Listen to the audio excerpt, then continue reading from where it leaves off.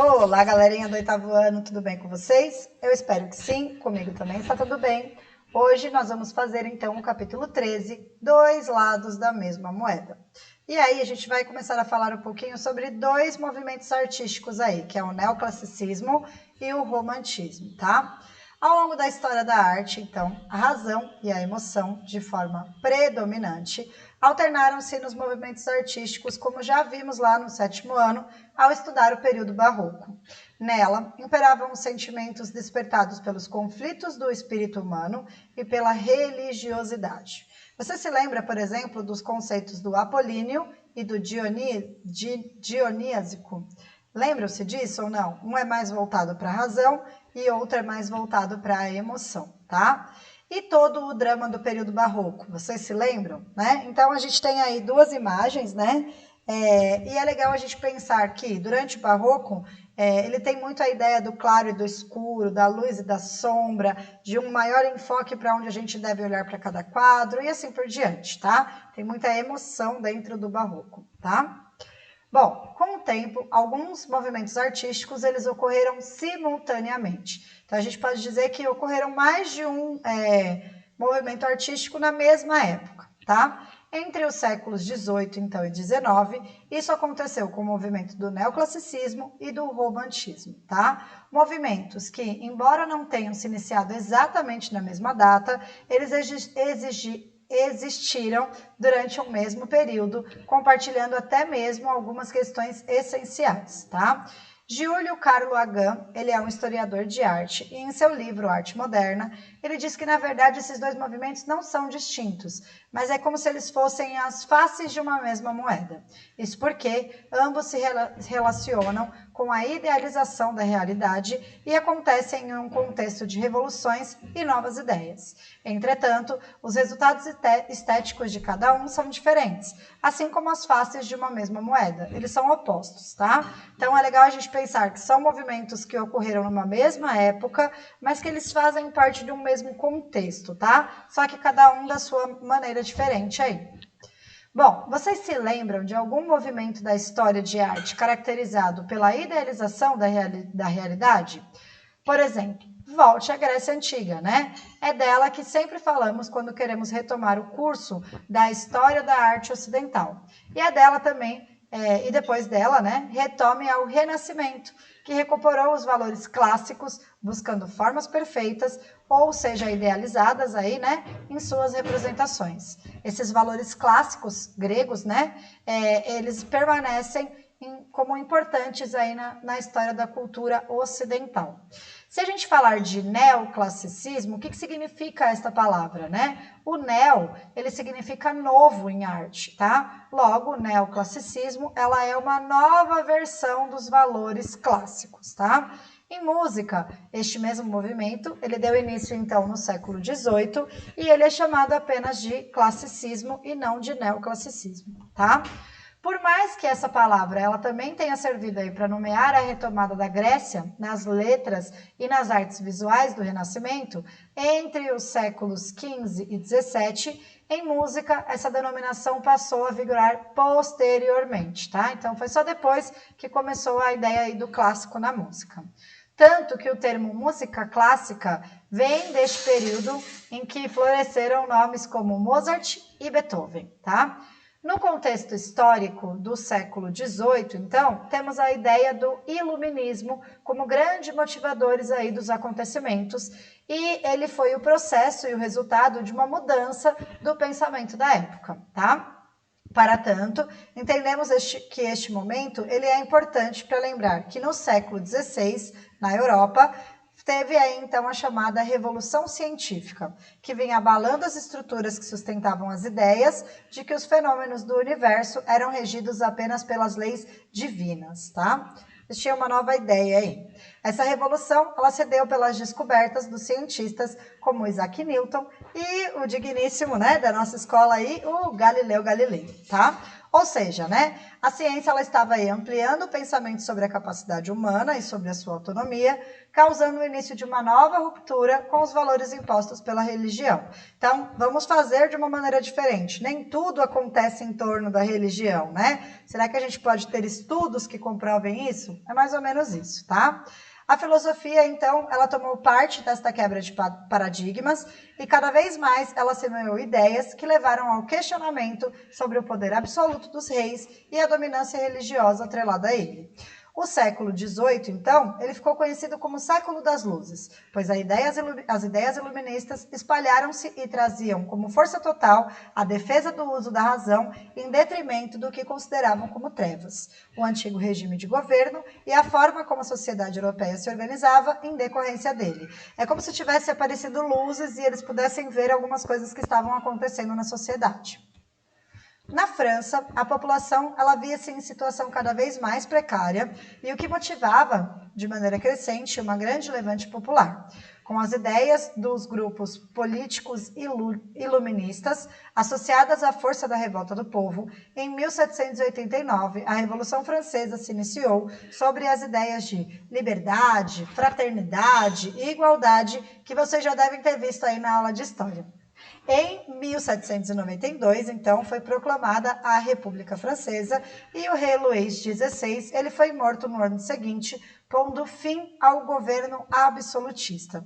Naturalmente, né, artistas franceses eles estavam envolvidos neste contexto e aí a gente vai ver algumas obras que mostram um pouquinho dessa ideia do que a França estava vivendo aí, tá? Então, a primeira obra que a gente vai ver é essa que está aí do ladinho, nesse slide, né? Ela se chama O Juramento dos Horácios, feitos pelo Jacques-Louis David. O mesmo artista, então, que mais tarde, em 1793, pintaria um retrato muito importante para a história, que é o retrato que a gente vai ver depois mais à frente, chamado A Morte de Marat, um dos principais líderes aí da Revolução Francesa. E primeiro ele vai analisar, então, este quadro que se chama O Juramento dos Horácios, tá? Então ele fala o seguinte: analisaremos primeiramente algumas das características desta primeira pintura como forma de entender melhor os valores neoclássicos dos artistas. Ele retrata uma cena romana, o que já nos conduz diretamente à cultura greco-romana, em que três irmãos, os Horácios, eles fazem uma saudação em honra de uma batalha no qual lutarão contra outros três irmãos, os Curácios. Curiáceos, tá? O problema é que ambas as famílias elas tinham relações muito próximas, pois as irmãs de uma delas se casara com um dos irmãos da outra. Então, eram três irmãos de uma família, três irmãos da outra família. Uma das irmãs casou com um irmão, né? E outra casou com o irmão da outra família. Então, essa briga aí acaba se tornando um problema aí para a família, tá? As mulheres, então, elas se lamentam, se vocês olharem elas aqui no quadro, elas estão aqui no cantinho, né? Elas se lamentam do lado direito do quadro, ou seja, né? Elas inevitavelmente perderam um marido ou um irmão no final da batalha. E sobre os homens retratados, podemos dizer que o artista traz uma mensagem de valores de honra, ou o que a gente conhece aí como patriotismo, tá? Eles juram lealdade a Roma e ao cumprimento de um dever acima das vontades pessoais. O bem coletivo acima do individual, tá? Então, aqui são eles aí comemorando, né, o que aconteceu na batalha entre eles e as mulheres se lamentando aqui do ladinho. Isso nos leva a pensar também quanto a esses valores que conectam as ideias dos revolucionários, né? Além disso, os homens aparecem de maneira idealizada, com poses viris e perfeitamente equilibradas, e apesar de ser um momento dramático. Ao fundo, vêm-se traços, então, de uma arquitetura com características clássicas, remetendo à estética greco-romana. Então, se vocês olharem aqui, tem os pilares, né? Tem em cima dos pilares também, então tudo isso aí são as características clássicas, tá? As mulheres, por sua vez, apesar do imenso sofrimento pela iminente morte de pessoas que elas amam, né? Sofrem com equilíbrio e elegância, pois são bastante contidas, né? E isso também reflete a busca pela harmonia e pela beleza, valores presentes aí no movimento neoclássico. Por exemplo, se fosse eu que perdesse alguém lá que eu de fato amasse, né? Eu já estaria dando, né, já iria para cima desses homens aí, revoltadíssima com o que aconteceu e tudo mais. Não sei como que vocês encarariam isso, né? Mas eu, se fosse uma dessas mulheres, já teria aí ficado muito brava, né? Elas estão calminhas ali, contidas no cantinho, né? Bom, a segunda pintura, ela é então do Jacques Louis David também, e ela foi retratada, né, logo após o assassinato do seu amigo Marat, tá? Então o nome da obra é A Morte de Marat, do Jacques Louis David, e ela é uma obra aí toda enigmática e sempre mencionada quando a gente trabalha, então, o Louis David, tá? O pintor, então, ele estimava muito o revolucionário e ele passava horas na banheira, escrevendo em seu jornal, no qual ele publicava notícias para o povo e denúncias de traidores da revolução.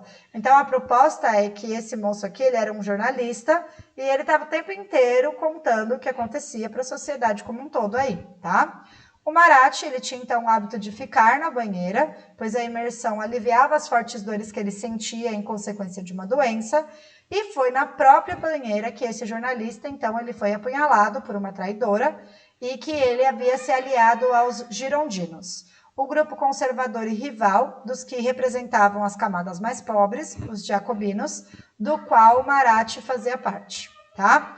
Sua representação na banheira, ela tem uma carga parecida com a dos Horácios, diante do próprio sofrimento, e a caixa de madeira ao lado do corpo é uma espécie de lápide, né? Em qual tem o nome dele aí, ó. Se vocês olharem aqui, ó, ela funciona como se fosse uma lápide aqui do ladinho, tá? E aí ele fala, né? Na qual o artista deixa sua homenagem, escrevendo Amarate, e assinando embaixo aí, e ao mesmo tempo atesta a pobreza e a honestidade de um homem do povo, tá? Então, além disso, a pintura neoclássica, mesmo quando carregada de sentimentos, ela é feita de maneira suave e ordenada, tá? Ou seja, nada acontece muito bravamente, muito, né, revoltadamente, aí nada disso, tá? Ela não apresenta pinceladas fortes e as suas cores não têm grandes vibrações ou contrastes. Bom, a mesma técnica, ela também pode ser vista aí na pintura de Ingres, Jean-Auguste Dominique Ingres, ele é mais conhecido por Ingres, tá? Que retrata a obra em A Grande Odalisca, uma mulher com a pele tão lisa e um corpo tão alongado e tão suave que parece que ela não tem ossos, né? Então, se a gente observar aqui por trás das costas dela, é essa impressão que dá aí, tá? E ela tem um pescoço um pouco alongado também. Mas, na verdade, depois dessa mesma obra, ela foi usada por um outro grupo e é toda uma crítica sobre esta obra aí, tá? Há toda uma crítica sobre ela. Bom, em 1830, o Eugène Delacroix, ele pinta, então, A Liberdade Guiando o Povo, que é uma das obras mais emblemáticas, obra de arte romântica, né, da Revolução Francesa aí.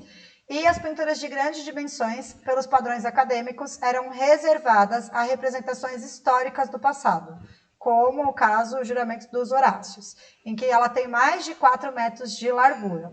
Delacroix, entretanto, utilizou este padrão em uma tela de mais de 3 metros de largura para retratar uma situação em grande evidência em sua época, que era a revolta do povo durante a Revolução Francesa, tá? Então a gente tem uma mulher aqui, ó, segurando uma bandeira francesa, né? E o nome da obra é A Liberdade Guiando o Povo. Então ele vai explicar um pouquinho sobre o que a gente encontra nesta obra aí, tá? E ele fala o seguinte: bandeiras tricolores, cujas cores representam os 3 ideais da Revolução, estavam espalhadas pela cidade e havia lutas por todo Paris. Ao fundo, na pintura, vemos a Catedral de Notre-Dame, tá? Símbolo da monarquia e do conservadorismo enfumaçada. Então, praticamente não dá nem para ver, tá? Mas aqui é o fundo aí da obra. A mulher que aparece ao centro e em evidência, conhecida como Marianne, é uma alegoria que representa a liberdade, a qual guia os revolucionários a abrir mão de suas individualidades para lutar por um grande ideal coletivo, tá? Então, é ela que está chamando aqui esse resto do povo para poder lutar. Olha, vamos lá, vamos juntos e assim por diante, tá?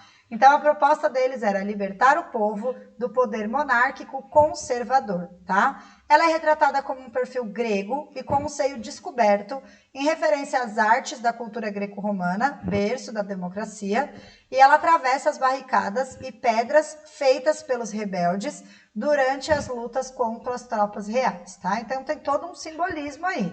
A parte do peito aparecendo, tem referência aí à ideia da cultura grega e tudo mais, tá? Ao olhar para trás, chama o povo a seguir em frente, mesmo diante dos obstáculos mais agressivos. No caso aqui, a gente tem como obstáculos as próprias pessoas mortas, né? Então ela vai em frente, ela segue, ela pisa nas pessoas para poder seguir em frente. Ao lado esquerdo de Mariane, vemos um menino com 2 armas, reforçando a ideia de todos estarem envolvidos na luta. Então, se vocês notarem aqui, esse menininho ele é bem pequenininho, né? Deve ter aí 14, 15 anos e ele já está junto com o pessoal aí para poder lutar pela liberdade, tá? E ao seu lado caminham 2 homens de classes sociais distintas, e o que pode ser percebido aí pelas roupas deles, né? Um tem umas roupas de terno, parecida com terno, e a outra uma roupa muito mais pobre, né? Retratando o pobre aí. Foi dessa forma, então, que Delacroix mostrou que a Revolução era feita como união de ricos e pobres, e o que a tornava, então, mais grandiosa. Em contraponto, vemos as consequências da luta. Por exemplo, pessoas mortas, como soldados aos pés dos meninos, e o homem seminu, que parece ter ter sido tirado de sua cama aí, né, para ser morto pela guarda real. Com sua camisa ensanguentada e o seu corpo exposto de maneira mais frágil possível, ele está muito próximo de quem observa a pintura. Então, ele é um elemento que desperta aí a compaixão, porque ele está falando aqui das pessoas que estão caídas, tá? Bom, a composição ela é toda feita em diagonais, ou seja, ó, se a gente olhar aqui, a gente vai ter uma linha diagonal e a gente tem uma outra linha diagonal aqui também, tá? Que sugerem movimentos e muita ação. E quando a gente falou do barroco, a gente falou sobre essas linhas diagonais aí, né? Além de ter um excesso de elementos que trazem a sensação de caos, junto às cores vibrantes, como as da bandeira, as do céu, as da roupa da Mariane e tudo mais. Tudo é retratado de forma a deixar a violência explícita, sem idealizá-la ou suavizá-la. O Delacroix, no entanto, ele utiliza um padrão clássico em composição, orientando o olhar ao centro do quadro e misturando a ideia de harmonia junto com a ideia de caos, tá? A idealização romântica, então, faz-se presente na pintura por meio das imagens intensas e das fortes pinceladas aparentes, junto às áreas de contornos não definidos, com formas nebulosas. Tudo isso coexiste com valores essenciais ao neoclassicismo, desde a herança estética greco-romana, no seio descoberto da moça, até a visão idealista da revolução, que é o que a obra quer mostrar aí, tá? O Argan, ele é então um historiador da arte que nos ajuda a compreender a conexão entre esses 2 movimentos, que é o neoclassicismo e o romantismo, e ele foi além, pois ele disse que, na verdade, todas essas características caminharam juntas para a formação do próprio romantismo, ou seja, uma moeda única, apesar de suas 2 faces, tá? Aí a gente tem uma obra do Gaspard David Frederick, chama Nascer da Lua sobre o Mar, tá?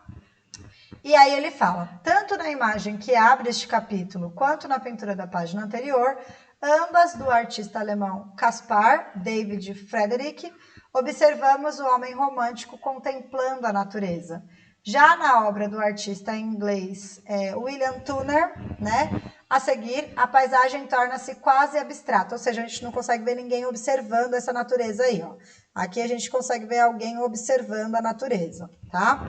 E aí ele fala, né? Nela podemos observar mais essa estética romântica que explora pinceladas rápidas, buscando a intensidade incontrolada que pode ser dos sentimentos e também da natureza, a força mais indomável de nossa existência. Assim como Turner ou Caspar David, você também contempla a natureza com encantamento? Ou não? Vocês não contemplam a natureza? Como é que tem sido aí essa quarentena? Vocês de fato foram para algum lugar onde havia natureza, bastante natureza para vocês poderem contemplar, né? Ou vocês impressionam-se com as tempestades ou com a imensidão do mar, né? Talvez o significado do ser romântico esteja muito além do que nós estamos acostumados a compreender, tá? E é essa proposta aí durante este capítulo. Bom, Os exercícios dessa semana, na verdade, nós vamos realizar depois da nossa avaliação mensal, que vai ser realizada durante o chat na terça-feira.